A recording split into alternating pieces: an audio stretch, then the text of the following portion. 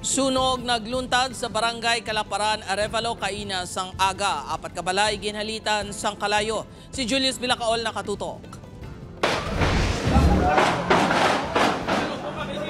Malayo pa ang bagong tuig, apang daw kaangay nga nangin firecracker zone na ang Zone 11, Barangay Kalaparan, Arevalo, Caina, sang aga.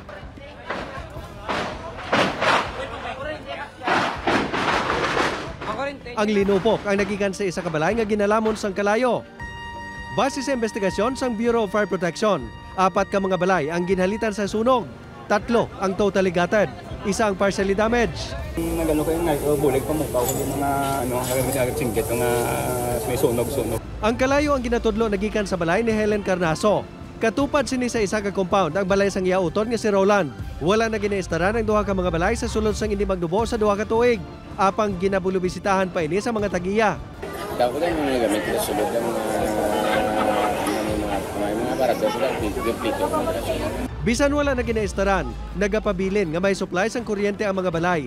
Gani ini ang isa sa mga ginatutukan sang BFP nga gintunahan sa sunog.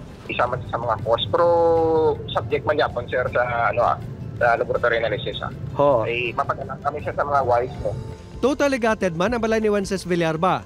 Diri nagikan ang napatian nga linupok. Nalabot ini sang kalayo, bangod tupad sini ang balay sang pamilya Carnaso. Apang ginpanginwala sini nga nagahimo siya ukon nagabudega sang palupok. Ginbakal kuno niya ang mga ini para kung tani ipanghatag sa iya mga tinawo.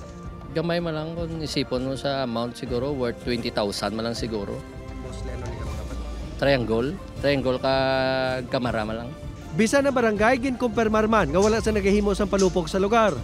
Fabricate upon pagbaligya sa palupok, wala reportedly sa barangay nga may ara ang nagreklamo nga gapabrika sila dire. Sa piyak sini, ginapahanumdom sang BFP nga ginadumilian ang pagtago sang palupok sa panimalay.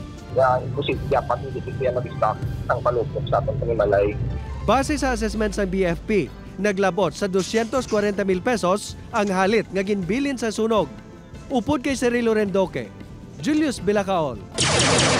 1. Western Visayas.